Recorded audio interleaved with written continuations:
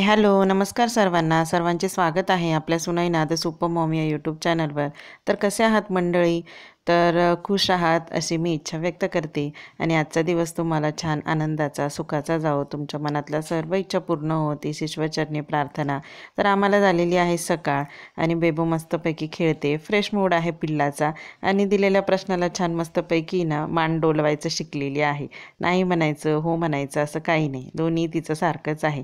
मस्तपैकी तिच्याशी खेळली आणि त्याच्यानंतर मस्त किचनमध्ये आलेली आहे स्वयंपाक करण्यासाठी. तर आज असं ठरवलेलं होतं, जरी संडे होता तरी, तर अख्ख्या मसुराचा डाळ कांदा बनवायचा, भात आणि तोंडी लावायला भाजी म्हणून शिमला मिरचीची करायची. तर शिमला मिरचीची भाजी करायला ना मी हरभऱ्याची डाळ भिजत घातलेली नव्हती आणि यांना खायची होती हरभऱ्याची डाळ टाकून भाजी. तर मग म्हटलं काय करायचं, तर इन्स्टंट पटकन थोडा वेळ भिजत घालून बघितली पण होतच नव्हतं. मग गरम पाणी केलं आणि त्याच्यामध्ये हरभऱ्याची डाळ थोडीशी शिजवून घेतली, पटकन शिजल्या गेली. तर तुम्हीही असं करू शकता. तर शिमला मिरचीची हरभऱ्याची डाळ टाकून भाजी बनवण्यासाठी पहिल्यांदा मी तेलामध्ये कांदा छान परतून घेतला, जिरी मोहरीची फोडणी दिली आणि त्याच्यामध्ये थोडासा लसूण घातला, लाल तिखट आणि एव्हरेस्ट मटन मसाला टाकून मस्तपैकी परतून घेतलं. त्यानंतर शिमला मिरची आणि डाळ टाकून मस्त एकजीव केलं. त्याच्यामध्ये थोडंसं मीठ घातलं चवीपुरतं, थोडं पाणी घालायचं आणि 10 मिनटं 8 ते 10 मिनटामध्ये शिमला मिरचीची भाजी छान मस्तपैकी परतून होते. थोडीशी खाली लागली की अजून छान लागते शिमला मिरचीची भाजी, म्हणजे मला तरी तशीच आवडते. तर नॉर्मल थोडीशी खाली लागू देते, जास्त नाही, तर त्याने ना चव फार छान येते. तर भाजी ते ऑलमोस्ट रेडी झालेली आहे. स्वयंपाक झाल्यानंतर ना मम्मी म्हटलं चला की मायाचं आहे ना, जे एक छोटंसं माझं वॉर्डरोब टाईप क्लोजेस्ट छोटंसं वॉर्डरोब आहे असं म्हणायला हरकत नाही. तर त्याच्यामध्ये किमायाचे ना बुक्स वगैरे ठेवते, काही तिच्या खेळण्या असतील तर ते ठेवत असते. तर हे आमचं जुन्या घराचं फर्निचर जेव्हा कापलं ना तेव्हा त्याचे 3 तुकडे झाले होते. तर त्यातला हा एक पीस जो आहे तो मी इकडे माझ्याकडे आणलेला होता. म्हटलं की मायाला बुक्स वगैरे ठेवायला कामं येईल.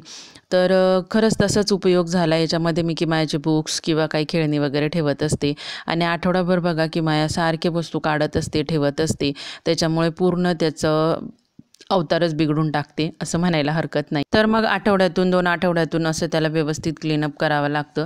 तर हा जो आहे ना, हा औषधांचा डबा आहे मोठा व्हाईट कलरचा ठेवलेला. मी पहिला आहे ना किचनमध्ये ठेवलेला होता फ्रीजवर, पण त्याच्यामुळे ना खूप अशी दाटीवाटी किंवा अडचण दिसायला लागली होती किचनमध्ये. त्याच्यामुळे तो उचलून आणि त्याला इथे जागा केलेली आहे. तसेच माझ्या रांगोळीचा डबाही मी इथेच ठेवलेला आहे. तर अशा खूप काही वस्तू, या छोटंसं कपाट आहे हे, पण त्याच्यामध्ये खूप काही वस्तू ठेवलेल्या आहे. तर त्या खूप अशा अस्ताव्यस्त झालेल्या होत्या.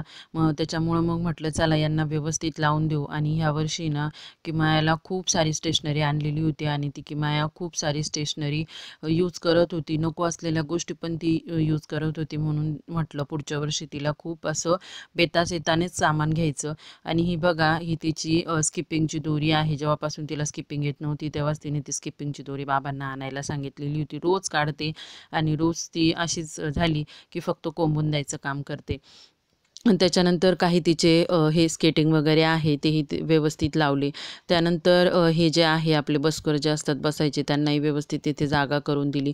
आणि ह्या पिशवीमध्ये म्हटलं तिचं जे काही सामान आहे, काही बुक्स वगैरे असतील तर ते सगळं टाकून देऊ, म्हणजे बुक्स किंवा अजून काही गोष्टी असतील तर त्या सगळ्या एकाच ठिकाणी जातील.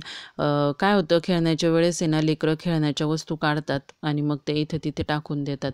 आता हा जो आहे याच्यामध्ये ना आपले इयरबड्स जे असतात ना, तर ते इयरबड्स ठेवलेले होते. आणि हा सुईचा डबासुद्धा मी इथे ठेवलेला आहे की जेणेकरून आहे ना तो स्पर्शूच्या हाती लागणार नाही. कारण सुई कशी बारीक गोष्ट असतात, लेकरांच्या हाती लागलं, काही टोचलं लागलं तर त्याची भीती असते. त्याच्यामुळे ह्या गोष्टींना मी त्या औषधाच्या डब्यावर ठेवून दिला.